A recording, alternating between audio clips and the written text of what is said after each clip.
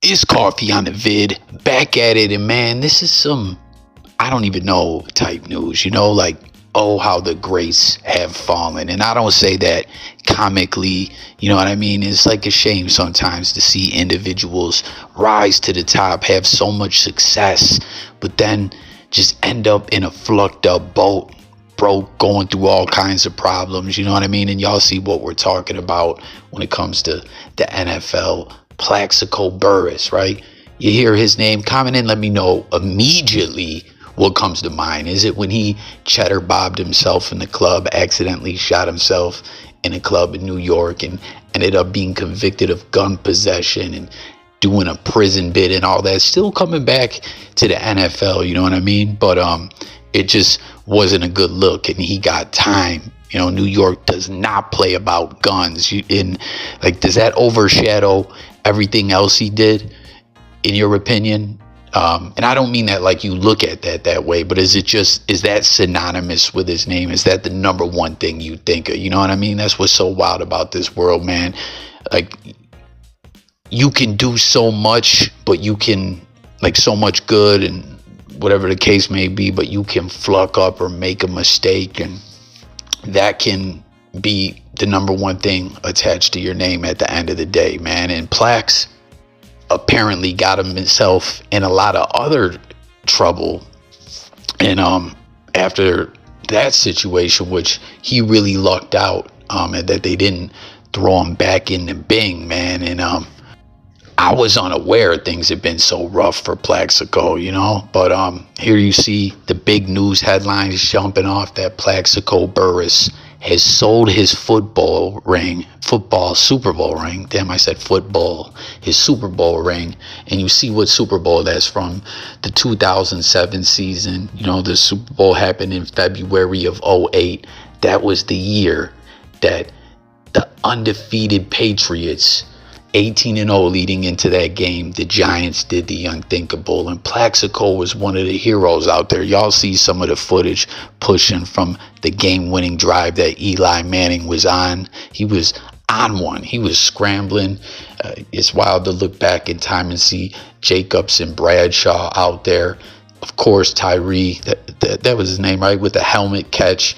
And Eli even scrambled for some yards on that helmet catch. The way he moved around in the pocket was like something else. This dude was just in the zone. And you see on the Super Bowl ring, it says 11 in a row on the road. Like, the Giants were a team that just squeaked in the playoffs. And this was already, trending back again in football and sports discussions, because just with the NFL honors, where Josh Allen got that MVP. What up, Bills Mafia? Eli, first time hitting the voting to get into the Hall of Fame. They said, and he didn't get in. And Eli wasn't tripping. He did a nice long interview. I got it pinned up on the channel. I'll put it in the comments if y'all want to check it out. Eventually he'll get in. I just mentioned to y'all I'm a Bills fan. I'm sure a lot of Bills fans are just football fans. Remember the long road that Andre Reed had getting into this Hall of Fame. It was like they just did not want to let him in. And, Eli right here was just on fire, and Plax with the game-winning touchdown catch. Belichick, Brady, the dream was spoiled. They still have the dynasty that could never be tooketh away from them. But that undefeated season, nope.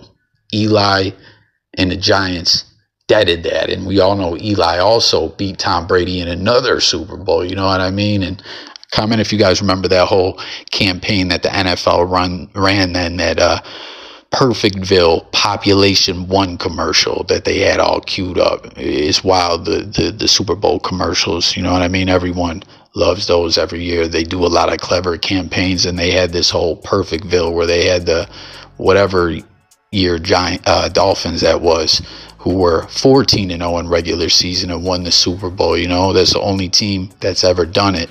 And the Patriots were trying to do it at 16 game season, and it was spoiled, and Plax was a big part of that. This was an iconic moment, and this ring is like a big deal, I think, man. And that's what I'm saying. It hurts to see someone of this caliber who was a big part of this in a situation like this where he has to sell the ring, but at least he got a good payday for it. As you see, it went for a historic amount.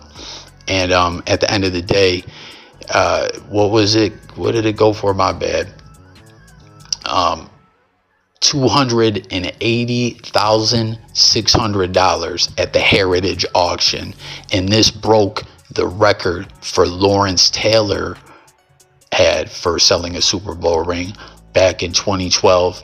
His went for $230,000, and we're gonna talk a little bit more about that in a moment. But it's like, damn, Plax, you sold a real piece of sports history, and like, there's no reason, right, that an athlete would do something like this, I think, other than being in a real tough financial situation, or maybe if someone just was on one and decided to like sell a ring and do it for charity or something like that. That's the only other really circumstances I could think of someone doing that. And really, this is a beautiful ring, man. Again, you see Plax's name on the side, number 17, 11 straight on the road. Again, I think they were the number 6 seed that year, squeaked in the playoffs, had to win like 4 straight to get in. Well, no, 11 in a row. Yeah, and they were road warriors. It was really something special, man. They won 17-14, deaded off the evil empire, Brady, Belichick, and co. And, like I was like, damn, man, Plax has been away. Like, why is he hurting like this? Well, it seems he's had all kinds of financial troubles. And this is dating all the way back to 2010. Remember, he went and did prison time for the gun thing, came out, had to do parole. Once again, New York does not play about guns. I don't know why Plax was strapped. Didn't he say he had beef, or I don't know, man, but cheddar bobbing yourself is not good gun safety. You know what I mean? But in 2010, he was hit with a foreclosure on a home that he had in Lighthouse Point, Florida. And in 2013, he sold a $480,000 Virginia Beach home as well. Then, Pete, this in 2015, he actually caught a case for charged with cutting a bad check or electronic funds transfer to stiff the Garden State out of $46,000 in taxes on his $1 million income in 2013. I think this is when he played for the Jets, right? The New Jersey Jets. Only one team in New York State, y'all. And he got a plea deal for a mere tax evasion charge and was sentenced to 5 years probation and $56,000 restitution. Now, like I said, I ain't trying to just talk greasy and make jokes, but at this point, man, that is stupid, right? You always got to pay your taxes. You got to manage that money well, and you owe New Jersey state taxes, and you're going to bounce a check to pay them it? Like, come on, man, that's stupid, plain and simple. I don't know if he just did it on some greaseball-ish or wasn't up on what his finances were looking like, but this is where I'm talking about he caught a serious break, because if this happened in New York State, he definitely would have been back in prison. This is only, what year was this again? 13. This isn't that long after him getting out, but Jersey cut him a sweet deal and, gave him probation. I wonder if he was still on parole at that time. I can't recall. And in 2017, he stopped paying a mortgage on his home in New Jersey, which eventually had to be issued for foreclosure as well. It was all settled as of 2021. And again, y'all saw he was the hero at the Super Bowl. This ring is an iconic piece of sports history. And, all the way back to the beginning of his career in 2000, he was the 8th overall pick for the Steelers in the draft, And, it just shows a lot of bad decisions. And here he is. Like, again, lucky they didn't throw his ass back in jail. But, let's keep it real. Flucked up in the game, broke, bouncing checks to pay your state taxes like a dummy. I mean, I'm not trying to flat diss him, but that, like, yo, you could have went back to prison over that, Plax. You know, cheddar bobbing yourself was something that will always be synonymous with his name. And then all this stuff with foreclosed homes and everything. Like, and here he is now in 2025, right after Eli. You know, again, this footage has been going wild viral. Comment if you've been seeing it on ESPN and, you know, the internet and different sports media outlets. As, you know, they're like, damn, Eli didn't get in. This is the drive they show. And Plax was the guy that caught that game-winning touchdown. And here he is now, right after Eli don't get in the Hall of Fame.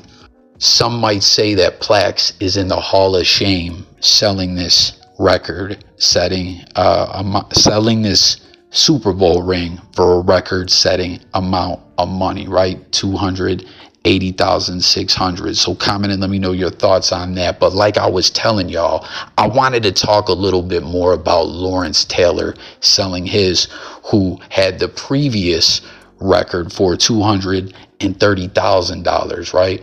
I want to know, right? We're going to dive into it, but I just got to get the question right out there right now. We talk about Hall of Shame. Back when he got convicted of some, what would say, wicked charges, right? Ultimately, they cut him a big break and he got probation. I could have swore I thought that LT had to do time behind that, but no, only probation. And he was, I think he still is, he definitely was at that time, a registered ex-offender. And it's just like, what the fuck type weirdo-ish are you on, where you on, man? Like, that's some disgusting, disturbing-ish. And my question is, why do you think that basically LT was like given a pass, if y'all feel me? You know what I mean? Like, when you seen something like that happen, it was like, man, that's it for LT. Like, he's foul, he's all bad. But I remember right after the case getting cleared up, or not that long later, 2014 or 15, him doing interviews and him getting feature pieces done on sports channels and stuff like that. And I was like, damn, man, they cut this man a break, you know? And I wonder if this had something to do with him selling the ring, you know? Because, again, this was 2012. It previously was the highest selling Super Bowl ring of all time before this breaking Plaxico Burress news, 230,000. And OCU Minora was trying to buy the ring. I forget how much he had, but he was trying to buy it so LT could get the bread and give him the ring back. And he was doing a whole Twitter campaign where he was having followers tweet and share stuff, and he was going to pick one of them to give the ring back to Lawrence Taylor. But at the end of the day, you know what I mean? He got outbid, and it went for higher than what OC had. And I wonder if this was a result of him having to pay a civil suit and like a judgment to this underage girl that he violated, or just to cover his legal bills and stuff like that. You know what I mean? Because like I said, it seemed for sure he was going to go to prison. But in the prosecutor, Gloria Allred, who actually is someone 50 Cent was just trolling recently, I don't remember why, but she commented all on it, like heated, saying she was disappointed that he didn't get jail time. And for all my Bills fans as well, we talk about the ring that Plax sold. You know, that was the ring that they broke the undefeated Patriots season. This ring was actually the Super Bowl ring from the wide right Scott Norwood, first of 4 consecutive Super Bowls that our beloved Bills Mafia, Buffalo Bills, lost. And it's wild too, that game was actually like the first start of Bill Belichick being a major thorn in the Buffalo Bills side, as he was the defensive coordinator for that game and put together the strategy and game plan to, you know, like stall out the Bills offense, you know, because that team was on fire, unstoppable, except for in the Super Bowl. Like, real talk. Go look all those years, those Bills teams dominated the NFC, beat teams that beat us in the Super Bowl. We would beat them in the regular season the following year. That year, like, it was just a Super Bowl. We just never came through. You know what I mean? But I'm confident Josh Allen and this Bills squad will get over the hump and get that ring. I know this year was wild, frustrating, but we're going to get there. You know what I mean? It is what it is. I ain't tripping, but, you know, that's where that ring came from.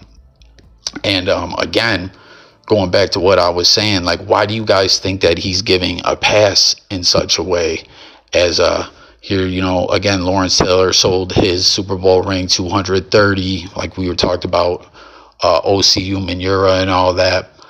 Upon hearing the eventual sales price, though, he said, yikes, I guess the 450,000 let me off the hook, with his list of followers climbing from the low 20,000s to a little over 55,000.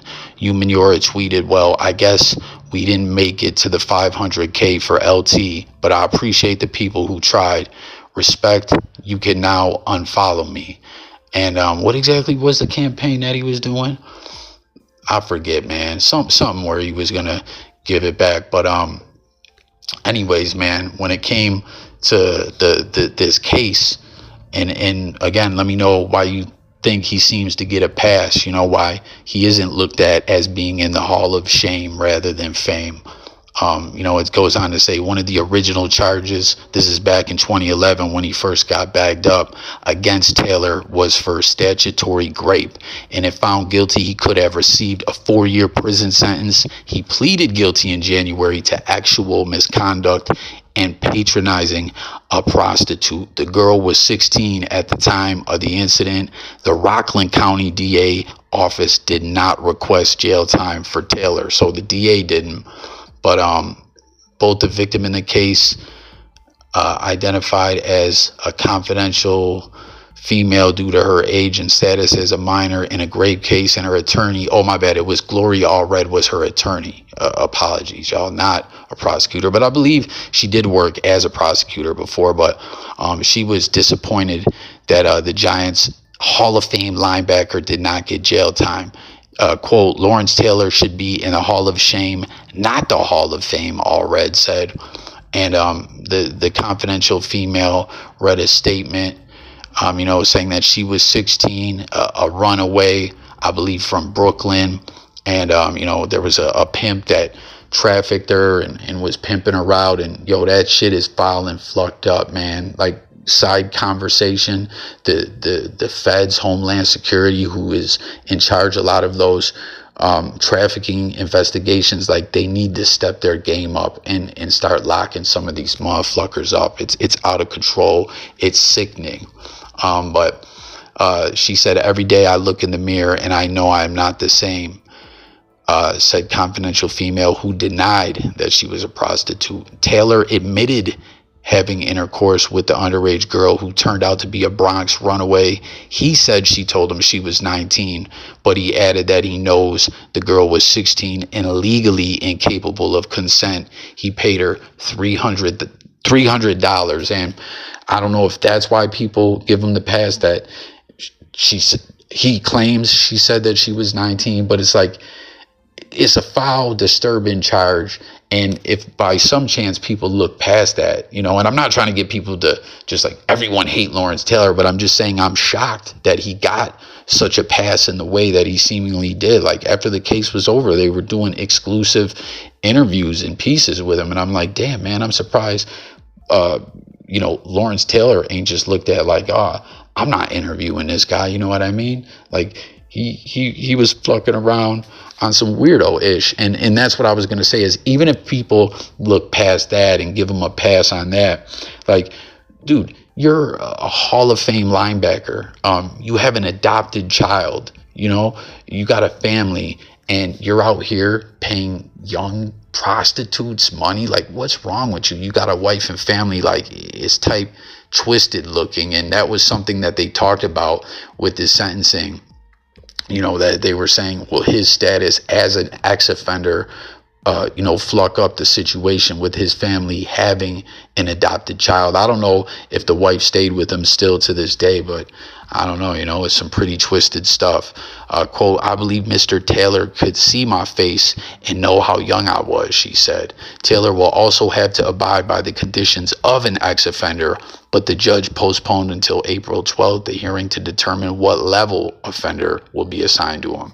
And, it goes on to talk about how, they gave him probation, and they were also, I think, gave him a low-level ex-offender level. And like I said, they were speaking about, if it would affect his adoptive parent status and all that. Quote, we look forward to representing confidential female as she continues her fight for justice, she said. Gloria Allred expressed outrage over several factors in the proceedings, including that Taylor was allowed to plead guilty to the patronizing a prostitute.